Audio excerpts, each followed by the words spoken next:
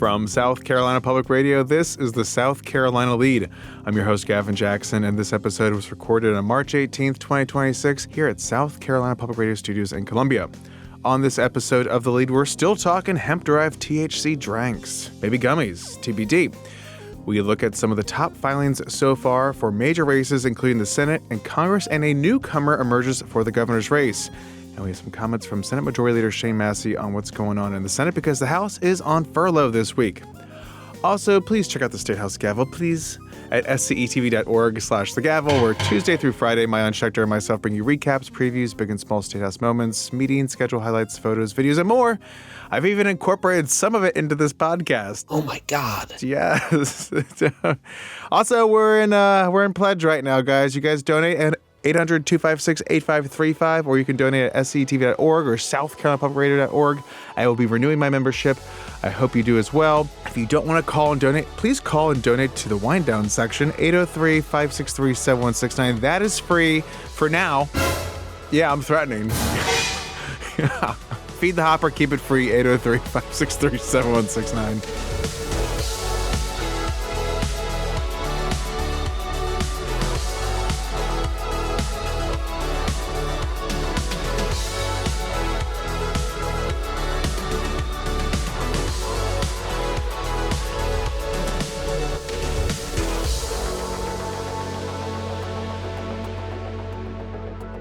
Let's look at what's on tap this week at the State House. The House, like I said, is on furlough, so they're out this week because they passed the budget last week. They usually take this week off.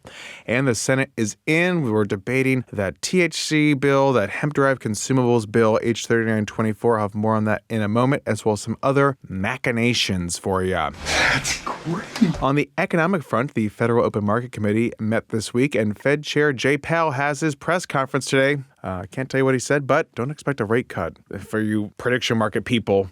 Dousty!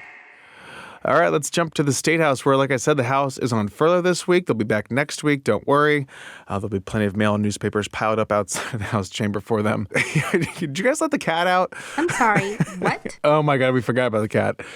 Now, over in the Senate, well, they will continue a debate this week on H3924. That's the hemp-derived consumables bill that is shaping up to be the main vehicle to deal with regulating hemp-derived THC drinks that were made legal under the 2018 Farm Bill. That's a loophole. It's a legal loophole, but that's if there's support for this bill. It's very touch and go. A lot of amendments floating around that could change how people vote on this bill. Now, there was a lot of committee work done on it, along with an amendment being adopted last week following a failed vote, but a close vote to completely outlaw these popular products. So again, complete outlaw failed. They put that amendment up first. It's close, but failed. But again, if they change it too much, it could possibly jeopardize the entire bill. We'll see what happens. I say all that to say we kick off the second week of the debate here. And of course, it's Wednesday, but they didn't do anything on Tuesday for me to talk to you about. But let's recap this bill. Right now, it prohibits anyone under 21 from buying or using certain hemp-derived products. It strictly regulates Delta-9 hemp-derived THC drinks, including where they can be sold and how many milligrams of THC the drinks can have. For example, hemp beverages will be regulated like alcohol, with 12-ounce, 5-milligram drinks allowed for retail sale wherever beer and wine is sold. And a 10-milligram, 12-ounce drink would be regulated similar to liquor. Also, 750-milliliter bottles would also be sold in liquor stores. Now, this bill bans on-premise consumption at bars and restaurants. There is an amendment floating around dealing with that, as well as an amendment dealing with gummies, because this current bill bans gummies and other hemp consumables. Again, very popular, but also could possibly sink the bill. TBD, THC. But speaking of acronyms, CBD. This bill keeps CBD products legal and under current regulations, so they're not touching that. They know that's a tricky little subject, tricky wicket. Now, again, a vote on an amendment to outright ban these products narrowly failed last week, 22-18. Nevertheless, this past Saturday, the SCGOP State Committee passed a resolution calling for a statewide ban on hemp-derived THC products. Now, there's a statement from Drew McKissick, who's the SCGP chairman. He said, quote, "We've had an entire class of drugs come into our state via a legal loophole, and this resolution of our state committee calls on our Republican members of the legislature to close that loophole," quote. He's pushed against this bill before. And again, 22-18, it's a bipartisan bill right here, and they don't want that banned at this point. Now, that will be the focus of the Senate today. Maybe we'll get on that SCDOT modernization bill, S831, at some point this week, TBD. TBD, SCDOT. We'll get clarity on that from leadership. We'll see what's going on there. Again, the House isn't in. And this bill was given a perfunctory second reading last Wednesday, though amendments were carried over, setting up third reading to be the major vote when it happens. Mayan Schechter spoke with Senate Majority Leader Shane Massey on Tuesday about a variety of topics, including the bill dealing with the hemp-derived THC drinks. I mean, that one, as you saw last week, that the votes on this are so close. It's so very tight. I mean, there are amendments on the desk now to allow for gummies, and what happens with that may dictate what happens with the bill as a whole. There's an amendment to allow for on-premises consumption of the drinks, right? Depending on how that goes, it could have an effect on the bill. I mean, I suspect you're going to hear something about even medical use on some things. So this thing is so tight that it depending on how the details emerge, it really could throw everything off. So, yeah, I mean, and I think tomorrow could be a long day. So we're probably going to we need to spend several hours on it to try to get a better feel for where everybody is and to try to work through some of these things. We can't. This is one of those bills where I just think you can't get on it for 2 hours and then adjourn and then come back and deal with it the next day. You need to spend some time on it all at one time. There's also a new ripple in the Senate's ongoing frustration with Department of Public Health Director Dr. Ed Simmer over his perceived handling of the COVID pandemic response. Despite it being in accordance with what his boss, Governor Henry McMaster, wanted at the time, and also being the third person to lead then DHEC at the time of that response after the initial phase. So almost a year after the Senate Medical Affairs Committee declined to advance McMaster's appointment of Ed Simmer, the Senate unanimously passed legislation that would effectively fire Simmer on the last day of session on May 14th. The legislation sponsored by Massey, which is S922, largely deals with gubernatorial appointments and the advice and consent power of the Senate, but it was amended to deal with Simmer. For example, under the bill, it removes the Senate advice and consent requirements for more than 30 different appointments, and it spells out how and when the governor can make interim appointments when the legislature is not in session. Here's Massey on Simmer, though. I don't think the governor's just been sitting around on this. I think he's actually been trying to find people, but it's been difficult for him to find someone who's qualified to serve in that position for the short period of time that he's going to have. Especially for a person who doesn't know what's the next governor going to do. So I don't think he's just been sitting around. I think he's had a hard time finding it. But I think, based on where we are in the Senate, the consensus in the Senate is that Dr. Simmer should probably find another job. And so is there concern about who could come next? Sure. But, you're looking at probably, 8 months, 9 months, something like that. So given that, why not just let him continue to serve through the governor's term if it has been so hard to find somebody to fill that role? Well, the consensus in the Senate is that we have allowed that to happen for the last year, and so now we feel like we need to force it. Again, the House will be back next week, and we'll see what's going on as we trudge through Week 10 here. But moving on as to why this podcast is late, filing. Fantastic. That's right. Candidate filing opened on Monday for State House seats, statewide constitutional officers, including the governor and folks like Attorney General. Those running in our 7 congressional districts are also filing, as well as those for U.S. Senate, which includes Sarah Lindsey Graham's seat. Speaking of Graham, he filed Monday for his 5th term. Number 5. Over the first 2 days, we saw Dr. Annie Andrews, the top Democratic challenger to Senator Graham, make it official with her filing and cutting that $10,440 check to file to get on the ballot. Andrews also on Tuesday got the endorsement of Emily's List, the nation's largest resource for women in politics. And her campaign touted an internal poll of 700 likely 2026 general election voters that put Andrews 5 points behind Graham, which echoes the optimistic polling of past Democratic candidates that lost by double digits. I'm just going to say it might sound encouraging, might be good for the fundraising, but internal poll, which means make me look good, please. Now, Graham has raised the most money of any Senate Republican in the 2026 cycle per the FEC, bringing in $19.6 million by the end of 2025, with $13.4 million on hand. Mark Lynch, a Republican who also filed Tuesday to primary Graham, has loaned himself $5 million and has $4.5 million in hand. Andrews has raised the most of the 6 Democrats who have filed with the FEC, bringing in $4.3 million with $1.6 million on hand at the start of the year. So this is all at the beginning of the year. We'll begin the first quarter numbers in April. So TBD FEC. Now, we know that money is critical for major statewide campaigns, but even if you bring in, say, $100 million plus, that doesn't mean you'll close the double-digit Republican electoral gap that Democrats just can't seem to surmount in midterm or presidential election years. Just ask Graham's previous Democratic challenger, Jamie Harrison, who brought in $132 million to Graham's $112 million in 2020.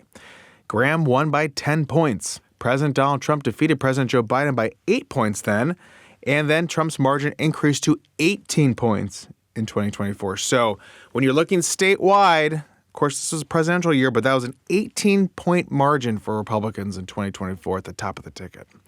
Now, Graham will have his group of GOP challengers on June 9th, which we already mentioned, Mark Lynch, and Pat Herman, who also filed this week. Jason Elliott Brinkus and Cassie Whitner have both filed for the seat under the Libertarian Party banner. So Libertarian Party primary also happening. Graham held a press conference after filing on Monday, and things got a little frosty as the ongoing war in Iran that he heavily pushed President Trump to engage in continues to rage on into its third week as Israel expands bombing operations in Lebanon against Hezbollah, as well as limited ground troops in the region. The Strait of Hormuz, which 20% of the world's energy supply transits, remains effectively closed with massive economic ripple effects globally, up to your gallon of gas in little old South Carolina that now averages $3.52 a gallon and rising. We are almost a full dollar higher than the start of the war, which was 3 weeks ago. Despite what we're hearing, no one in sight. A lot of different messaging, hard to say what's what. Additional top Iranian officials have been recently killed, including the country's top intelligence and security officers. But retaliatory strikes continue to roil the region, with missiles striking and being intercepted across the Gulf, including near the American embassy in Baghdad.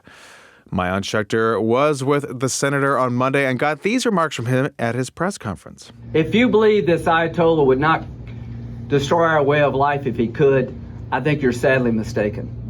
And the good news is we have a commander-in-chief that's been able to do all these things without sending in ground forces in a permanent, serious way. Grab and snatch. The tragic loss of American life is to be mourned and honored, but the men and women in uniform want to be there. The only problem they got is not to finish the job. I know them well. So if you're worried about the military, you should be. Give them what they need to win a war they can't afford to lose. They're excited about what they're doing. Morale is high. If you want to honor the fallen, don't stop. Finish the job. That's what they would want. So to the men and women in the military, I know you're up to the task. I know you're ready. You've exceeded every expectation any of us had. And I'm running for Senate unashamedly standing with President Trump to stop an evil regime before they can wreak havoc on us. I'm running for the Senate believing the Ayatollah is a religious Nazi and he almost got a nuclear weapon. It would be bad for South Carolina if he did. I'm running for the Senate to build up a military and use it wisely. I'm running for the Senate to help President Trump, not standing in his way. Do you think a Democratic candidate would help Trump do what he needs to do? I can't wait to the general election. I can't wait to challenge these silly ideas that there's no real bad guys in the world. And if you leave them all alone, you'll be safe. That if you have higher taxes, we'll be just fine. That we don't need to produce American energy because we'll be just fine. That it's okay for boys to play in girls' sports. I don't believe any of that. And we're going to have a fight. I can't wait to get back in the fight. Remember Jamie Harrison? They spent more money trying to beat me in 2020 than any candidate in the history of the United States Senate at the time, and we kicked their ass. In another packed federal race, the list of candidates vying to succeed 1st District Congresswoman Nancy Mace, who's running for governor, piled up on Tuesday. Now, there are supposedly 10 Republicans running and 5 Democrats. What? Yes, it's going to be a crazy June 9th primary in the 1st Congressional District, but we'll see who ponies up the $3,500 for the filing fee for that race. So far, we've seen Republicans Jenny Costa-Honeycutt and Mark Smith file. On the Democratic side, we saw Mac DeFord, Max Diaz, and Nancy LaCour, and Libertarian Bill Reside. For the governor's race, I was there for Republican 5th District Congressman Ralph Norman when he filed his paperwork on Monday. I was hanging out with him. We have a profile coming up with all the top candidates soon. I got to chat with him. It was at the melting pot. We were going to go Doc's barbecue, but the storm, quote unquote, storm on Monday threw a curveball and everything. So we made it work. No fondue though. So we'll have that profile coming up. And I also want to add that United Citizens Party candidate Michael Addison and his running mate Candace Brewer have filed for the governor's race as well. Also, that wasn't our big surprise. Our big surprise is that wealthy business owner Ram Reddy, whose legal tangles with the state over an illegal seawall construction thrust him into the media spotlight. He announced on Monday that he is seeking the state's top office because he said, quote, "It's time for something different," quote. Reddy said he will not accept campaign donations, noting he is dropping a 7-figure 2-week ad buy as well. He's got the money. And he said he will not seek endorsements. Though Reddy lacks statewide name ID that his fellow challengers either already have or have aggressively sought to achieve, he's pumping enough of his own money into the race, and that could fix it. In addition to his court saga, Reddy has used his influence to put pressure on the General Assembly to make changes to the process by which lawmakers screen and elect most judicial candidates. Through his Doge SC Political Action Committee, Reddy has sought to push lawmakers to, among other initiatives, drastically cut state regulations. So, doesn't like regulations, also doesn't like the way that we're doing judicial elections, very similar to a lot of other candidates in this race. Now, Reddy is not the first GOP candidate to funnel millions of dollars into their statewide bid. Remember, back in 2018, with upstate businessman Marine John Warren, who spent more than $3 million to fund his own campaign, but he actually got into the runoff but lost to Governor Henry McMaster as the Columbia Republican sought to win his first full 4-year term then. So it can happen. It's rare. TBD. Doge SC. We'll do a full recap of all statewide and congressional candidates soon. It's a rolling process as filing ends March 30th at noon. Real quick, though, on the way out, the South Carolina Republican Party announced that Congressman Ralph Norman has also agreed to participate in the party's 2026 Republican gubernatorial debate series, joining fellow candidate Attorney General Alan Wilson. 2026 watch. We're still waiting to hear other folks commit to these debates. TBD, SCGOP.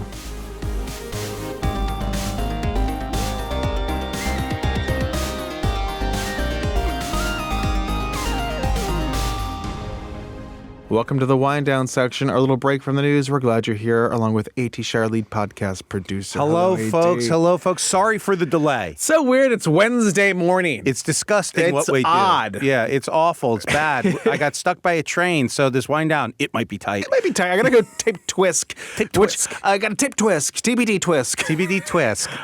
Which you'll be hearing a lot of. I got some State House reporters on the show this week. Some of your favorites. Fun. We'll have a little bit Friends of that. of the pod. I know, Friday and Monday's podcast. Because Monday, it's also going to be different. I think we're at the tape Monday's podcast on Friday. Because I'm talking to Lieutenant Governor Pamela Evett. Oh, fun.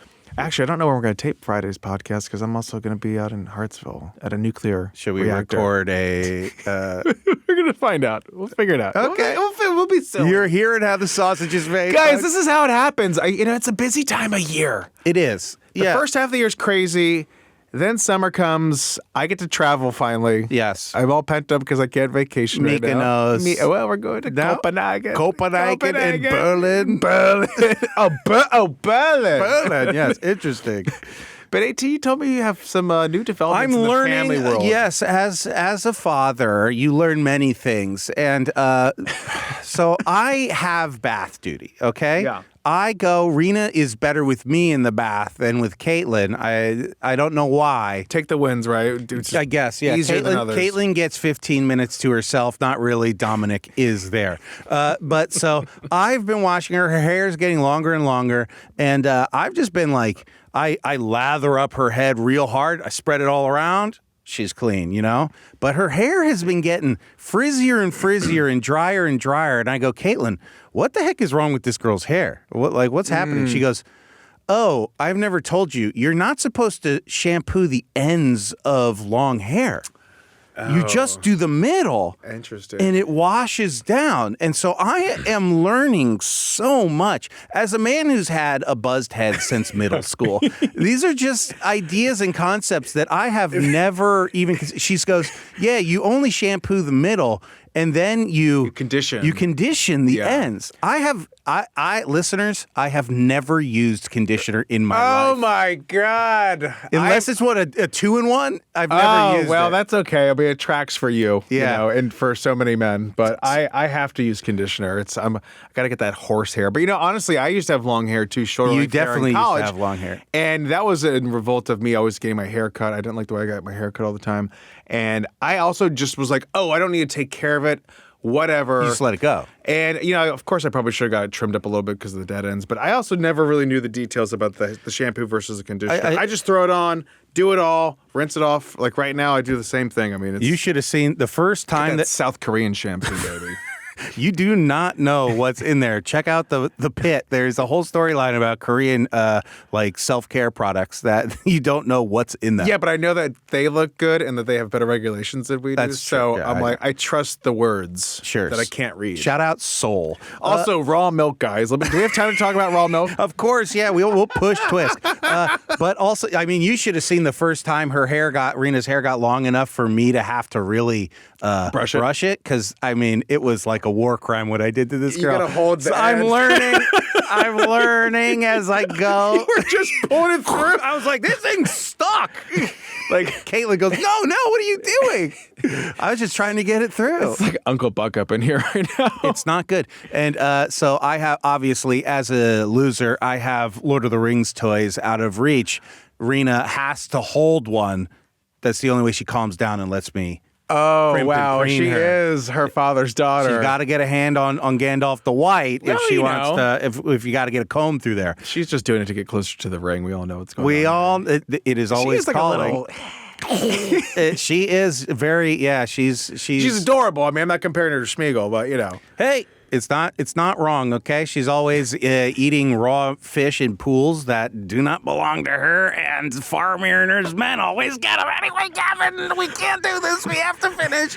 You have an interview in 3 minutes, so say the credits. Is she really eating raw fish? No, or of is that just an illusion? course not. Okay, that is from Lord of the Rings. Of course. Oh, of course. When Faramir and his men take Sam and Frodo and they lose Gollum, but then they find him eating fish in the pool. That is illegal for him to do it, okay? That's when Smeagol breaks.